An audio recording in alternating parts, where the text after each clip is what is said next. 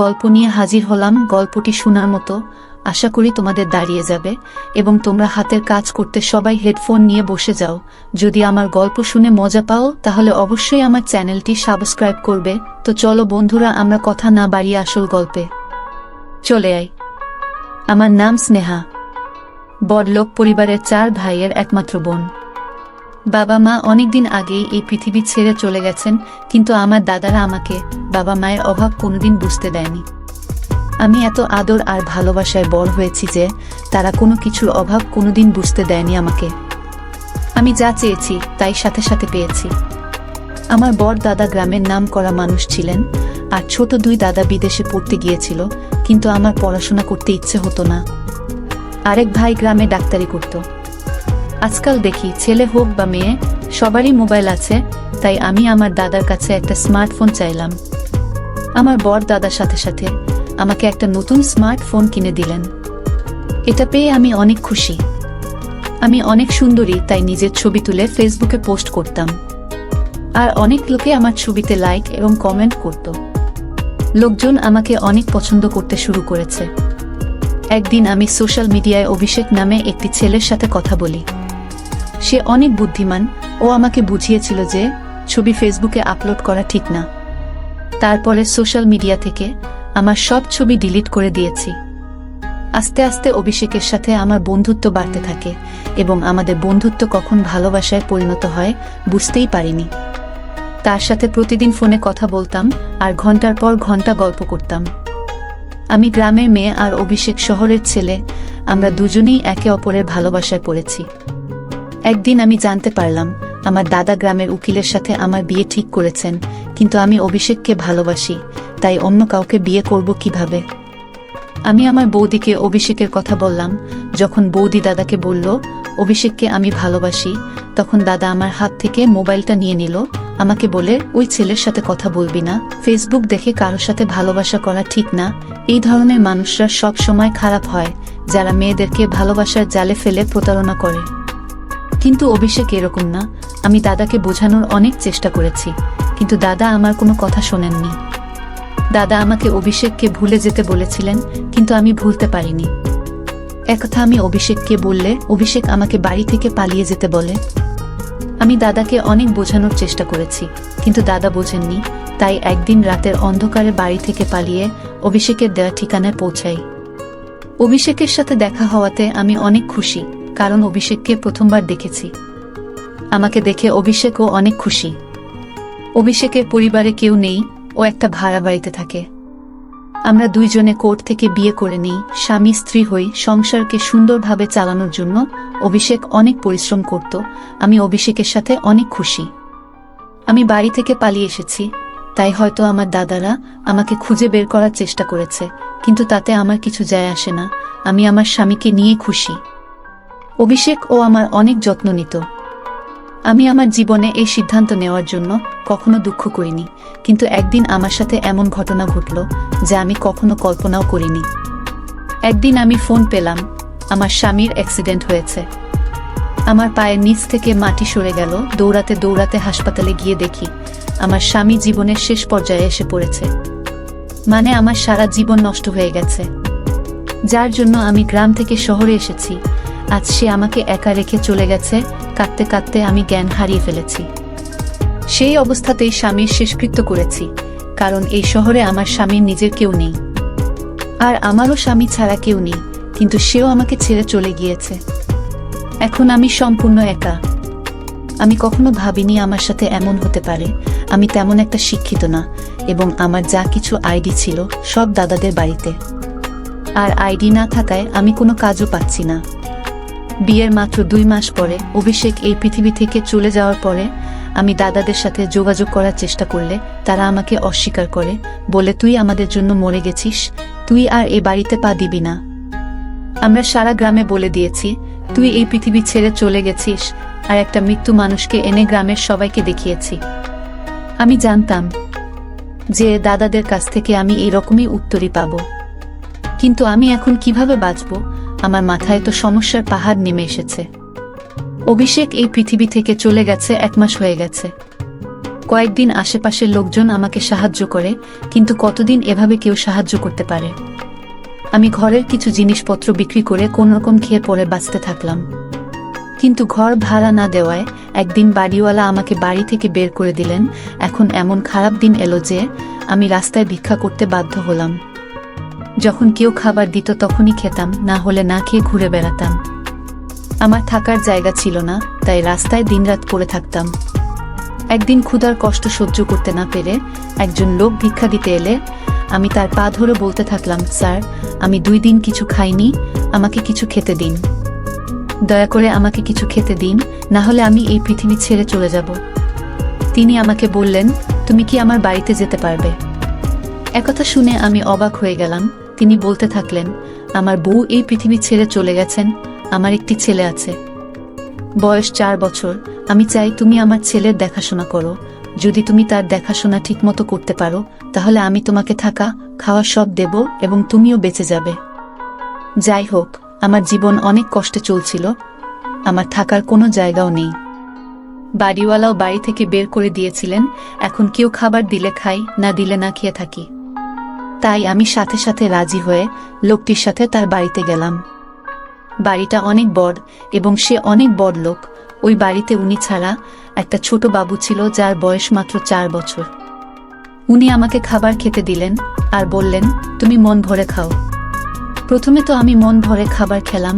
খাবার খাওয়ার পরে তিনি আমাকে বললেন, তুমি এই বাড়িতে আরামে থাকতে পারো, এখানে তোমার কোনো সমস্যা হবে না। এই বাড়িতে শুধু আমি আর আমার ছেলেই থাকি। এইবার তুমি বলো, তুমি কে?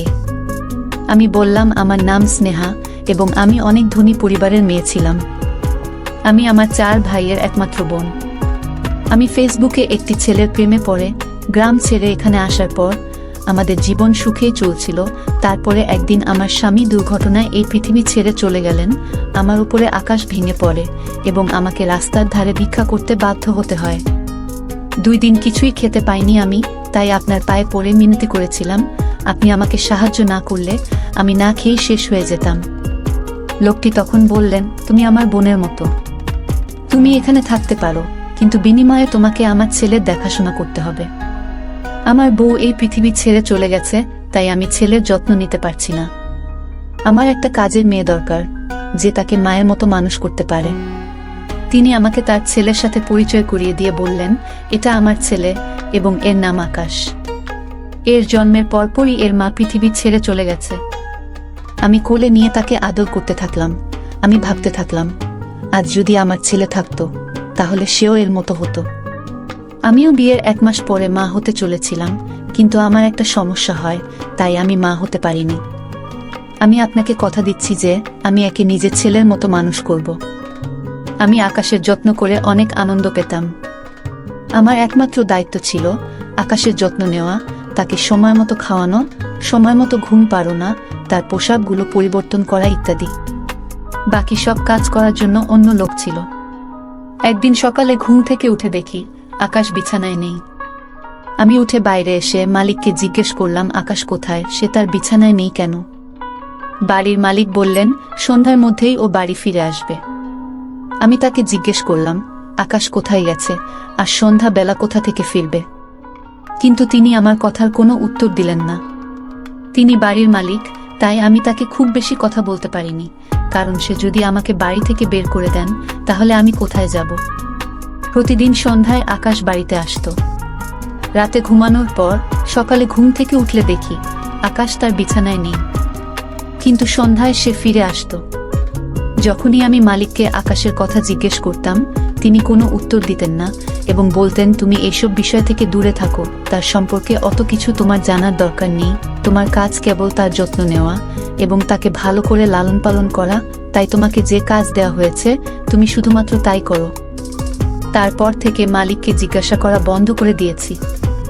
এক রাতে আমি যখন আকাশের সাথে ঘুমাচ্ছিলাম, মাঝরাতে চোখ খুলে দেখলাম যে আকাশ বিছানায় আছে। আমি দেখার জন্য জেগে থাকলাম, কিন্তু কখন যে ঘুমিয়ে পড়েছি বুঝতেও পারিনি আমি। এবং সকালে প্রতিদিনের মতো আকাশ বিছানায় নেই। বাইরে বেরিয়ে কোথায় ওকে দেখতে না পেয়ে রুমে ফিরে এলাম। এর আগে কখনো ভাবিনি মালিক কি কাজ করেন। আমি শুধু আমার কাজ নিয়ে ব্যস্ত থাকতাম। এই বাড়িতে সব পাচ্ছিলাম, তাই বেশি কিছু ভাবিনি।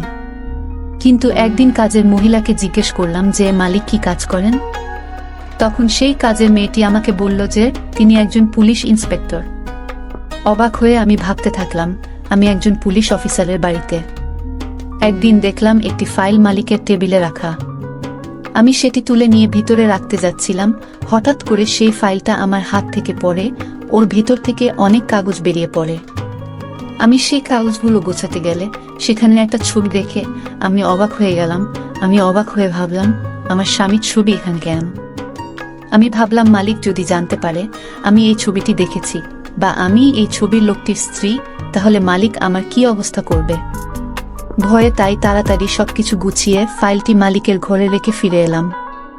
এখন আমার ভয় করতে থাকলো এবং সবচেয়ে বড় বিষয় ভীষণ টেনশনে পড়ে গেলাম, কিন্তু তবুও আমি এখান থেকে যেতে পারিনি, কারণ এই বাড়িটা ছাড়া আমার আর কোনো থাকার জায়গা নেই। এছাড়া আমি আকাশকে নিজের ছেলের মতো ভালোবাসি। তাছাড়া এই ছবির রহস্যটাও জানতে চাই, এই পুলিশ লোকটা কিভাবে ছবিটা পেল।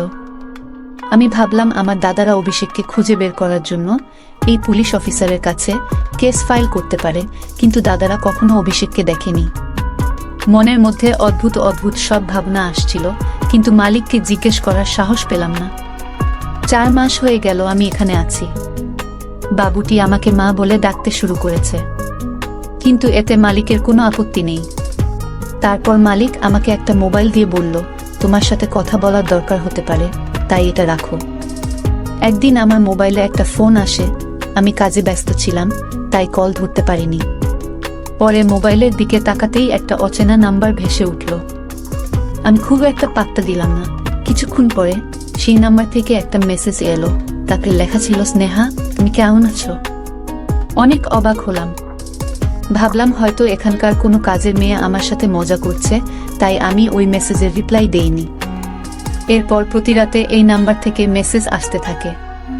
মেসেজে নানা রকমের কথা, আমার পুরানো জীবন এবং মাঝে মাঝে আমার দাদাদের সম্পর্কে বিভিন্ন কথা। আমার স্বামী একমাত্র ব্যক্তি ছিলেন যিনি আমার সম্পর্কে এইসব কথা জানতেন। আমার সাথে যা ঘটছে তাতে আমি ভয় পেয়ে গেলাম। জানি না কে সে আর কেন সে আমাকে বিরক্ত করছে।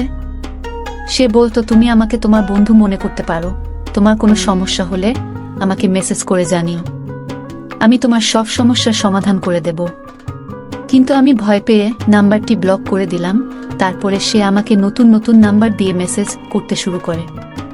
আমি যত নাম্বার ব্লক করি সে তত নতুন নাম্বার দিয়ে আমার সাথে কথা বলার চেষ্টা করত। সে এমন এমন কথা বলতো যে আমি টেনশনে পড়ে যেতাম। যাই হোক, আস্তে আস্তে আমি তাকে বিশ্বাস করতে শুরু করি এবং তার সাথে কথা বলতে শুরু করি। আমার যে কোনো সমস্যা তার সাথে শেয়ার করি। সে আমার পুরনো জীবনের কথা বলে, আমার সাথে মজা করে। যখন আমি তাকে জিজ্ঞাসা করতাম সে আমার সম্পর্কে এসব কথা কিভাবে জানলো, সে আমার প্রশ্নের কোনো উত্তর দিত না, কিন্তু নিজের সম্পর্কে বলতো যে তিনি অবিবাহিত এবং এই পৃথিবীতে তার কেউ নেই। আমারও এই পৃথিবীতে কেউ ছিল না, তাই আমাদের ভালো বন্ধুত্ব হয়ে গেল। আমি চেষ্টা করতাম কারো সামনে তার সাথে কথা না বলতে, সেজন্য আমি তাকে বলেও ছিলাম যে আমি কারো সামনে তার সাথে কথা বলতে পারবো না। সে বলল, ঠিক আছে, রাতে সবাই যখন ঘুমাবে তখনই কথা বলবো। এখন আমরা অনেক রাত পর্যন্ত গল্প করতাম। অনেক রাত পর্যন্ত গল্প করার কারণে ঘুম ভাঙতে দেরি হতো। সকালে ঘুম থেকে উঠে আকাশকে দেখতে পেতাম না। আমি তার সাথে এ বাড়ির বিষয়ে কোনো কথা বলতাম না, কারণ আমি এই বাড়ির নুন খাচ্ছিলাম। আর সে কে তাকে আমি চিনতাম না। সে আমাকে নিজের সম্পর্কে যা বলেছিল তা সত্যি কিনা জানি না। এটা আমার জন্য শুধু সময় পার করা। সারাদিন একা একা বিরক্ত হতাম। আকাশও সন্ধ্যায় বাড়ি ফিরত, আর কাজের মেয়েরা ঘরের সব কাজ করত, তাই ওর সাথে কথা বলে সময় পার করতাম। 2-3 দিন ধরে ও আমাকে বলতো আমার সাথে দেখা করতে চায়, কিন্তু আমি তার সাথে দেখা করতে রাজি হতাম না। তাই সে বলতো সে আমার সাথে দেখা করতে আমি যেখানে থাকি সেখানে আসবে। একদিন সন্ধেবেলা আকাশ বাড়িতে আসার পর মালিক আমাকে সন্ধ্যার খাবারের ব্যবস্থা করতে বললেন, কারণ আমার বেস্ট ফ্রেন্ড অনেকদিন পর আমার বাড়িতে আসছে। তাই আমি চাই তুমি নিজের হাতে তার জন্য ভালো ভালো খাবার তৈরি করো। আমি মালিককে বললাম, ঠিক আছে। আমি অনেক খাবার তৈরি করে রাখলাম। ও কয়েক ঘন্টা পরে শুনতে পেলাম বাইরে কেউ কথা বলছে। তাই চা জলখাবার নিয়ে নিচে এলে নিচে হলরুমে বসে থাকা লোকটাকে দেখে আমার পায়ের নিচ থেকে মাটি সরে গেল। আমি অবাক হয়ে বোঝার চেষ্টা করছি, কিন্তু বুঝতে পারছি না। কিছুক্ষণ পরে আমি জ্ঞান হারিয়ে ফেলি। যখন আমার জ্ঞান ফিরল, তখন আমি আমার বিছানায় শুয়ে মালিক এবং সেই লোকটি আমার বিছানার কাছে দাঁড়িয়ে। লোকটি আর কেউ নয়, আমার স্বামী অভিষেক, যার শেষকৃত্য আমি নিজে দাঁড়িয়ে থেকে দেখেছি। আমি অবাক হয়ে অভিষেকের দিকে তাকিয়ে আছি। আমি বিশ্বাস করতে পারছি না যে সে আমার সামনে জীবিত দাঁড়িয়ে আছে। অভিষেকও আমার দিকে এমন করে তাকিয়েছিল এবং তার চোখে পানি দেখতে পাচ্ছি। অভিষেক আমাকে বলল, স্নেহা, বিশ্বাস করো, আমি তোমার অভিষেক, যে তোমাকে অনেক ভালোবাসে। দেখ, আমি বেঁচে আছি। এই বলে সে আমার কাছে বসলো। আমারও চোখে পানি। আমি তাকে ছুঁয়ে দেখলাম। তারপরে নিশ্চিত হলাম যে সে সত্যিই জীবিত এবং আমার সামনে বসে আছে। আমি তাকে ধরে অনেক কাঁদতে থাকলাম। সেও আমাকে ধরে অনেক কাঁদছিল। তার চলে যাওয়ার পর আমার সাথে যা যা ঘটেছিল তার সবই মনে পড়তে থাকলো। আমি অভিষেককে জিজ্ঞেস করলাম, তুমি যদি বেঁচেই ছিলে, তাহলে কে সে ব্যক্তি যার শেষকৃত্য আমার চোখের সামনে হয়েছিল এবং যার মৃতদেহ আমি দেখেছি, সে কে? আমি অভিষেককে আরো বললাম, তুমি জানো যে তুমি ছাড়া এই পৃথিবীতে আমার কেউ নেই, তাহলে এতদিন আমার থেকে দূরে ছিলে কেন? আমি বলছিলাম আর কাঁদছিলাম। তখন অভিষেক বলল, এটা অনেক বড় বিষয়, অনেক রহস্য আছে যা শুনলে তুমি অবাক হয়ে যাবে।